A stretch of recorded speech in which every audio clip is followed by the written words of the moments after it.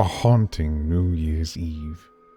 The clock tower in Ravenswood Town Square chimed the arrival of midnight, and a group of friends gathered beneath its skeletal frame, a surreal spectacle of sparklers illuminating their eager faces. The whispers of the townsfolk lingered in the air as the friends made their way to the foreboding gates of Blackwood Manor, its once grand pillars now crumbling and entangled with vines. Lucas, the adventurous soul of the group, led the way, and with a theatrical flourish, he pushed the heavy gates open. As they creaked ominously, the group exchanged nervous glances but forged ahead into the unknown. The mansion loomed ahead like a silent sentinel, its windows reflecting the silver light of the moon. The foyer welcomed them with faded grandeur, an ornate chandelier hanging precariously from the ceiling. Dust particles floated in the air as they explored the darkened hallways, guided only by the glow of their flashlights. The floorboards groaned beneath their weight, creating an eerie symphony of unsettling sounds.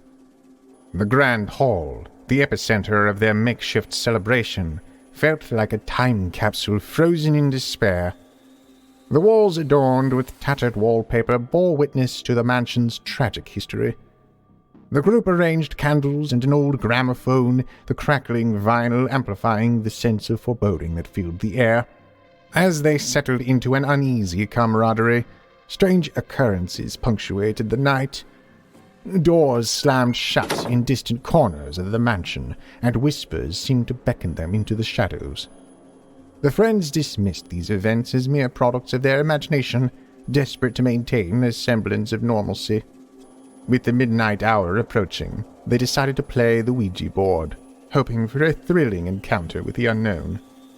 The planchet moved with an unnatural force, spelling out cryptic messages that hinted at a malevolent presence within the mansion. Unease settled over the group like a suffocating fog. As the clock's hands aligned at midnight, the temperature plummeted. The grand hall became a theater of the supernatural, as spectres emerged from the shadows, their ethereal forms recounting a tragic tale of betrayal and suffering. The friends were paralyzed with fear, their breath visible in the freezing air. Apparitions of past residents materialized, their faces etched with anguish, and the friends witnessed the haunting events that had unfolded within these walls. The air resonated with spectral cries, and the group found themselves entangled in a dance with the tortured souls of Blackwood Manor. Desperation clawed at their hearts as they realized the gravity of their situation.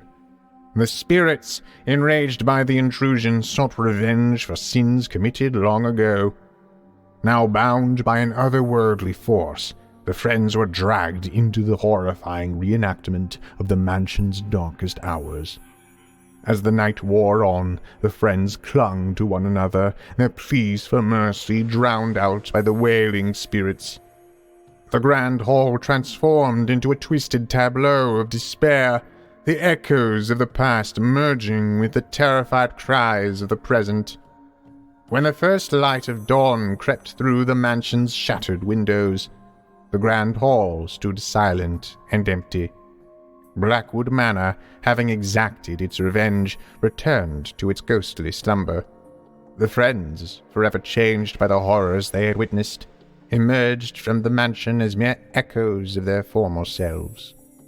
The new year had dawned, but for them, it would forever be haunted by the chilling memories of a New Year's Eve they could never erase. The New Year's Party. The city's heartbeat quickened as New Year's Eve approached, and amidst the bustling streets, a group of friends prepared to bid farewell to the old year in a rented loft at the heart of the celebration. The loft, adorned with twinkling fairy lights and filled with laughter, seemed the perfect setting for a joyous night. As the clock ticked closer to midnight, the excitement in the room reached a fever pitch. The countdown commenced, and cheers erupted as the clock struck 12. Glasses clinked in celebration, and the vibrant bursts of fireworks painted the loft with fleeting hues. Amid the revelry, a stranger named Samuel seamlessly entered the scene. Dressed in a sharp suit and carrying an air of quiet confidence, he blended into the lively crowd. When questioned about his presence, he explained that he was a friend of a friend, a last-minute addition to the party. The night unfolded in high spirits, with music filling the air and laughter echoing against the loft's exposed brick walls. However, as the celebration continued, subtle anomalies emerged. Conversations hushed whenever Samuel's name arose, and unease settled in like a subtle fog. No one could pinpoint exactly who had invited him, and the group began to exchange speculative glances. Despite these concerns, the party pressed on, with the friends attributing their unease to the heightened emotions of the holiday. Samuel's presence became an enigma, shrouded in mystery, but the revelers tried to push aside their suspicions. As the hours passed, the loft's atmosphere shifted. The once energetic laughter transformed into nervous whispers.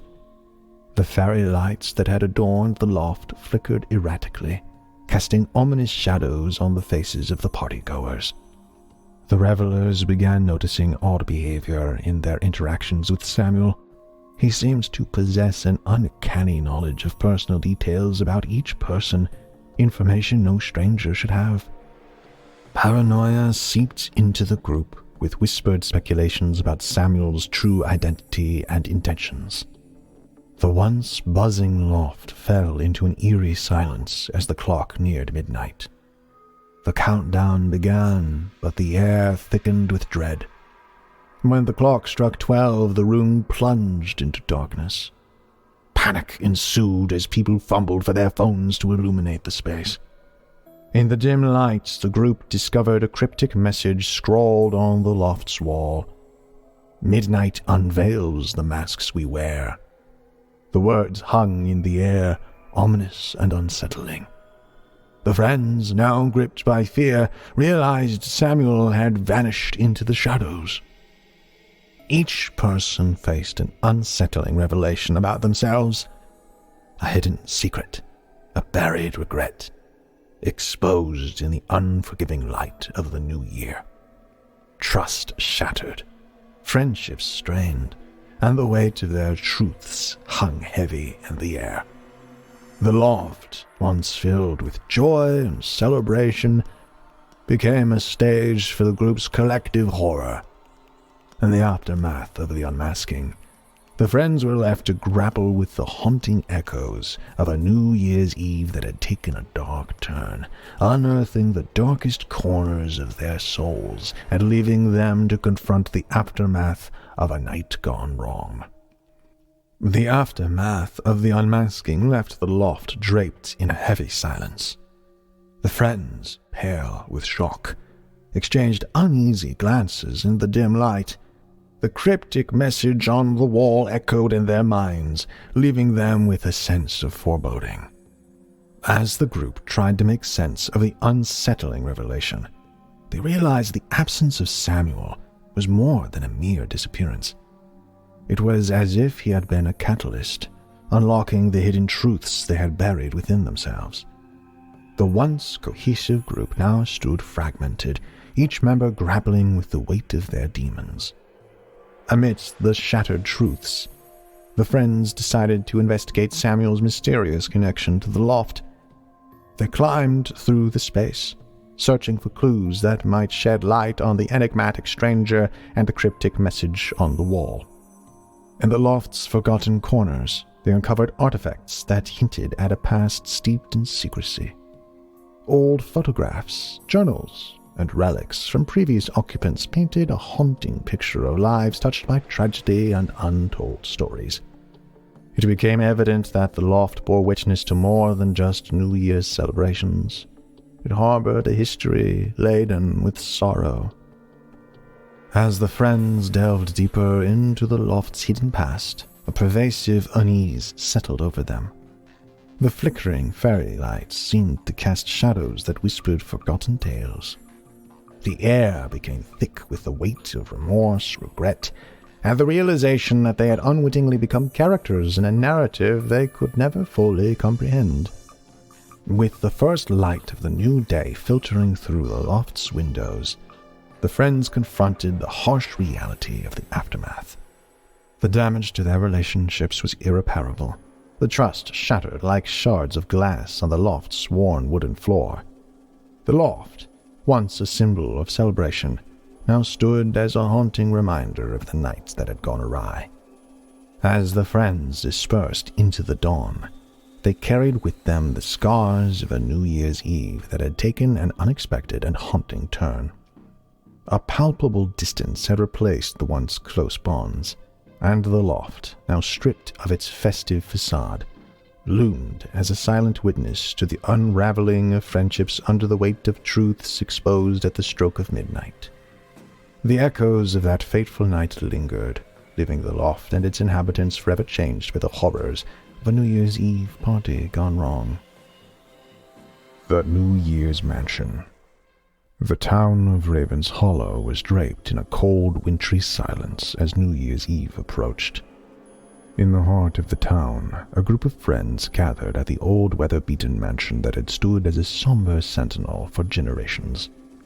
Little did they know, this night would etch a chilling tale of horror into the town's history. The mansion, with its decaying facade and gnarled vines, exuded an air of melancholy. The friends, eager to usher in the new year, brushed aside the eerie atmosphere, attributing their unease to the mansion's age and the legends surrounding it. As the clock neared midnight, the friends engaged in laughter and merriment, trying to shake off the subtle chill that permeated the air. A dense fog began to roll in, shrouding the mansion in an ethereal mist. Unbeknownst to them, the mansion had a history tainted with tragedy, a history that would soon entangle them in a nightmarish ordeal. As the clock struck 12, the atmosphere in the mansion changed. The fog thickened, and the temperature plummeted. In the dim candlelight, the friends exchanged excited glances, unaware of the sinister forces awakening around them. Amidst the celebration, a shadowy figure emerged from the mist. It was the ghostly apparition of a long-lost resident named Eleanor, a woman who had met a tragic end on a New Year's Eve many decades ago. The friends, frozen in shock, watched as Eleanor's spectral form moved through the mansion with an otherworldly grace. The air grew heavy with sorrow as Eleanor's ghost revealed the tale of her untimely demise. She spoke of betrayal, heartbreak, and the darkness that had consumed her soul. The friends, now engulfed in a supernatural nightmare, felt the weight of Eleanor's anguish pressing down on them. As the night wore on, Eleanor's apparition became more malevolent. Unseen hands brushed against the friends, icy whispers echoed through the halls, and the temperature dropped to bone-chilling levels. The once festive atmosphere transformed into a realm of despair, where the living and the dead coexisted in a macabre dance. One by one, the friends succumbed to the relentless onslaught of the supernatural. The mansion, now a battleground between the living and the spectral, bore witness to the horrors of that cursed New Year's Eve. Shadows danced in the corners, and the air resonated with the anguished cries of the departed. In the cold light of dawn, the mansion stood silent, its haunted halls no longer echoing with the sounds of celebration. The friends, or what remained of them, stumbled out of the mansion, forever marked by the harrowing events of that fateful night. Raven's Hollow, burdened by the weight of a New Year's Eve tragedy, would forever carry the echoes of Eleanor's ghostly lament. The old mansion, now a mausoleum of memories, stood as a grim reminder of the horror that had unfolded on that cursed night when a friend's death became entwined with the chilling forces that lurked in the shadows. In the days that followed the nightmarish events at the mansion, the town of Raven's Hollow sank into a collective unease. Whispers of the friend's ordeal spread like wildfire, weaving an intricate tapestry of horror that now enshrouded the once quaint community. The mansion, long avoided by the townsfolk, gained a newfound reputation as a place of malevolent spirits and restless souls.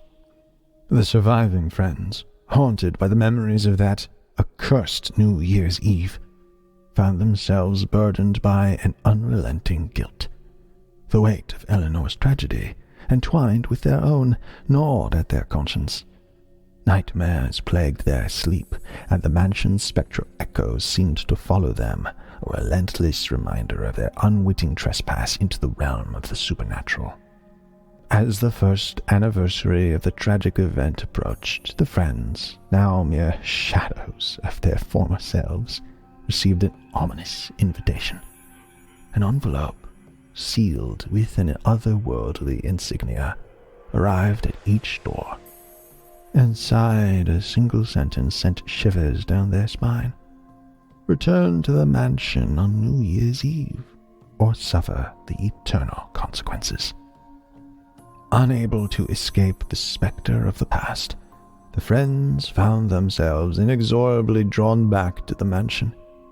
The atmosphere on the night of their return mirrored the haunting stillness that had gripped Raven's Hollow a year ago. The mansion stood before them, its facade weathered but no less foreboding. As the clock ticked towards midnight, the friends entered the mansion once again, their hearts pounding in their chests. The air inside was charged with a supernatural energy, and the ghostly apparition of Eleanor manifested before them. She spoke in sorrowful whispers, revealing that their return was the only way to lift the curse that bound her spirit to the mansion. The friends, now resigned to their fate, embarked on a perilous journey through the mansion's haunted halls. Each step brought them face to face with their darkest fears and the lingering spirits of the past. The atmosphere grew increasingly oppressive as they approached the grand ballroom, the epicenter of Eleanor's tragedy. In the ballroom, the friends confronted a ghostly tableau of the events that had unfolded a year ago. Eleanor's ghost, surrounded by the shadows of betrayal, replayed the heart-wrenching scenes of her demise. The friends, consumed by guilt, pleaded for forgiveness, vowing to release her tormented soul. As the clock struck midnight, a blinding light enveloped the room. The mansion trembled as if breaking free from the shackles of a curse. The spectral echoes faded, and the air cleared, leaving the friends standing in a now silent ballroom. The mansion, once a nexus of malevolence, felt strangely tranquil. Eleanor's ghost, freed from the chains of her tragic past, thanked the friends with a haunting smile before dissipating into the ether. The once cursed mansion, now bathed in a serene moonlight, stood as a testament to the friends' redemption. As the friends emerged from the mansion, the weight of guilt lifted from their shoulders.